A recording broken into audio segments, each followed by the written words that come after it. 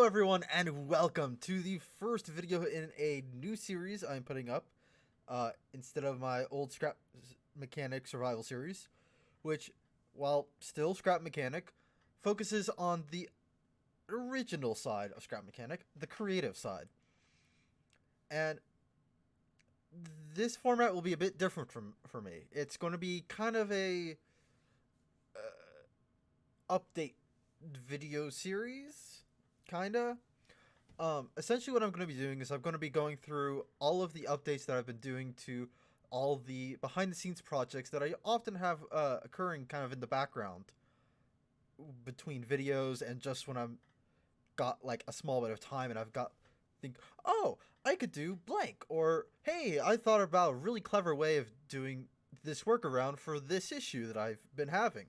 So this is kind of a way of making you guys aware that what I'm doing is not just me making the crawler and the survival and all that kind of stuff. I am actually doing a lot of stuff behind the scenes, and this is kind of a way of kind of opening up that door, pulling back the curtain a small bit, so you guys can kind of see what I really do in my free time in terms of like the more elaborate projects that I kind of start and work on because and are done differently than what you guys experience, because I'm not in a position where I know, oh my god, I've got people watching everything I do. So it's a bit different. It's a lot more focused around what my personal interests are. So you'll notice that there's a lot of stuff like, oh, there's a lot of theme park ride things here. Oh, there's a lot of attraction things here. So that kind of stuff. So you'll notice a lot of things like that as we go along, especially a lot of Disney stuff.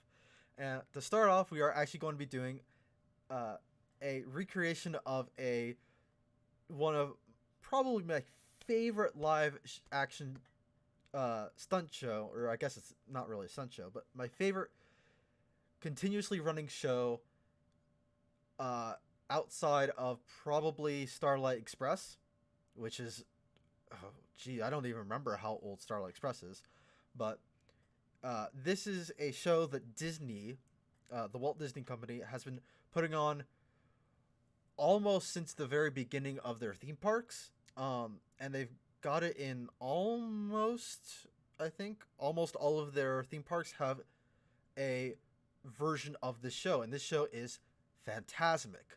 Now, I will let you know that there are a lot of things that I will not be covering because it's either even more behind the scenes than what I want you guys to see, or it's still a work in progress, or I just want to build up the suspense, because I gotta get you guys to come back and look at more videos somehow, let's be honest.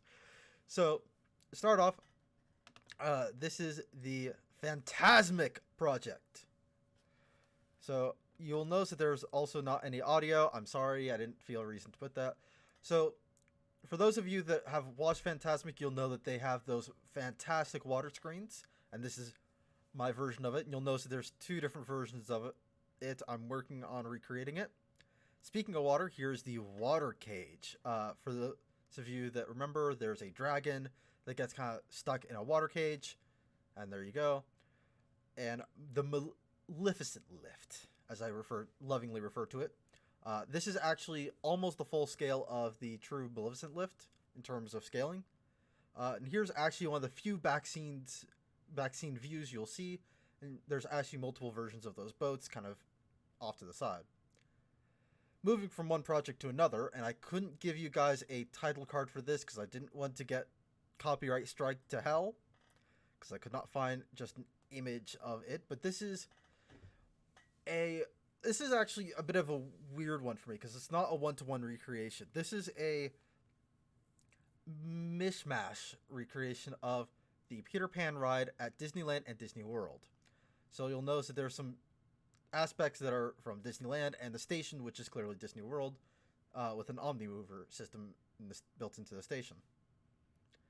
So you can see it also has a lap bar system that you saw me kind of show off earlier. The dispatch can open and close the lap bar if needed, or can open it and close it again if needed. And As we go along, you'll notice that the boat is swinging. That is actually natural swinging that I got to. I had to tweak to some degree, and I got it to actually work fairly well. So the swinging that you are seeing is completely and totally natural. I have no control over it. It just does what it wants on this one.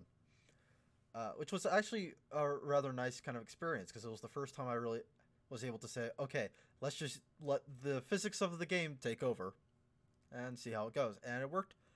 It works amazingly well, actually. The real ride does not swing this much, but it does swing a tiny bit, and it's just a bit more exaggerated. Uh, and again, you'll notice that there's some stuff that don't actually exist in the real ride. That platform does not exist. I thought it did. It does not exist. It's supposed to be an evacuation platform. It does. No version of the ride has it. And you can see some stuff in the background. We'll be talking about that. But the ride track or the track layout is actually from Disneyland.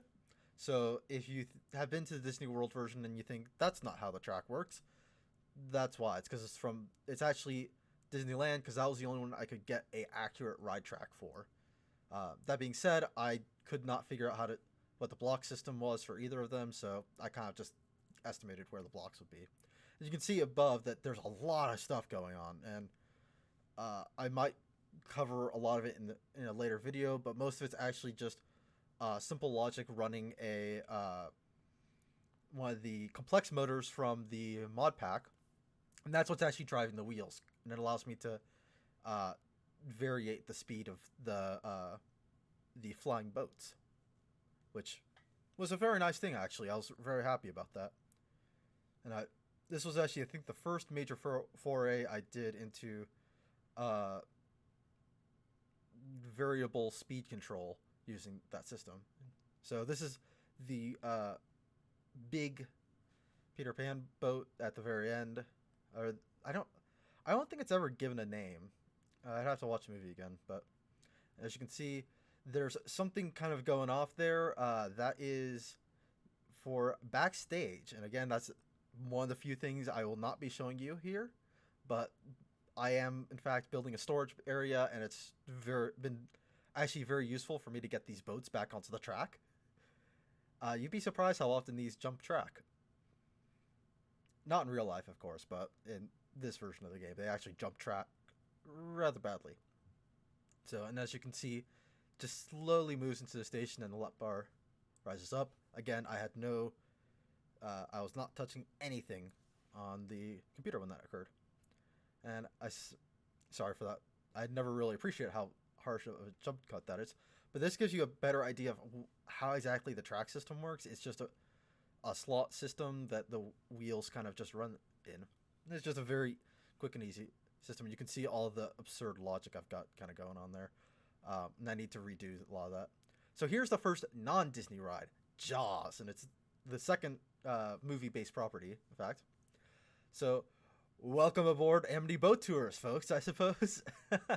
And as you can see, I've got a little bit of kind of something new here. This is got a bit of a bench set up. And you'll notice that the boat actually sways here. This is as awesomely cool as it is. It's an unintended side effect. I don't want the boat to be swaying this much. But it does actually naturally sway, and it does kind of curve in, or leans into the curves. But I am still able to replicate the famous shark attacks, as you can see here. So I'm able to do that, and this is how. Now, obviously, it was not a real boat. First of all, there was no water. But second of all, the real version does not actually have boats. They are a similar design to this, actually. They are a motion simulator, essentially, on a platform that's driving underwater. So you can see this is my take on that. It's a 3-point motion simulator that I recently had to rebuild it because I wasn't super happy with how it was originally. But this is the current version. And as you can see, it's just riding on a really simple platform. And again, that platform might be altered drastically over time. It's a rather kind of pitiful platform. And the programming at this point is also rather pitiful in that it's not really all that good. It's just a bunch of color sensors. So as you can see, that's kind of how the whole thing works.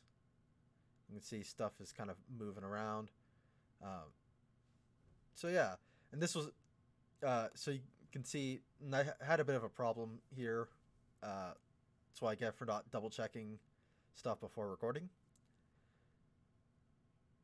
But you can see that all of the controls also have manual controls on the base for testing purposes. This was actually me just screwing up. Obviously, this is all recorded footage, pre-recorded footage, and I was accidentally pressing the wrong button. I meant to be pressing the forward button when I was pressing the rear button. And this one was actually just me screwing up spectacularly on the logic.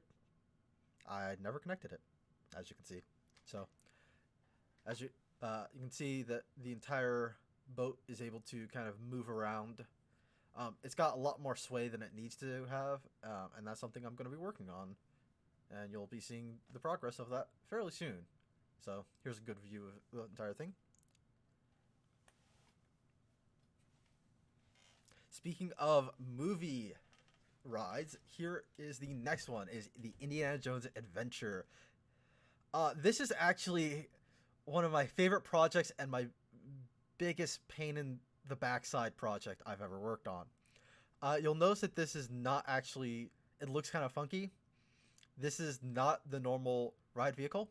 And this is obviously a station with working gates and everything. And working safety dispatches as well, under normal circumstances. That being said, a lot of things are currently being reworked on in this. So this is, I'm just using my test vehicle to kind of show you some of what I've got built so far. Some of what I've got built so far. I can speak, I swear. But yeah, you'll see that the motion is pretty good for the most part, and this is where you normally stop for the seatbelt check. You can see a tiny bit of backstage. You'll see a bit more in just a bit. And I'm sorry this is one speed, but this is not the vehicle that was meant to be used for testing speed. It was meant to just verify built-in track sensors, which you'll see in just a second for the Doors of Destiny. And this is, again, I'm just going at a steady pace right now. So, and that is what is supposed to be the actual speed, the speed in that segment right there. So that is actually completely correct. And those doors are actually very interesting, and I'll be touching up on that in just a moment.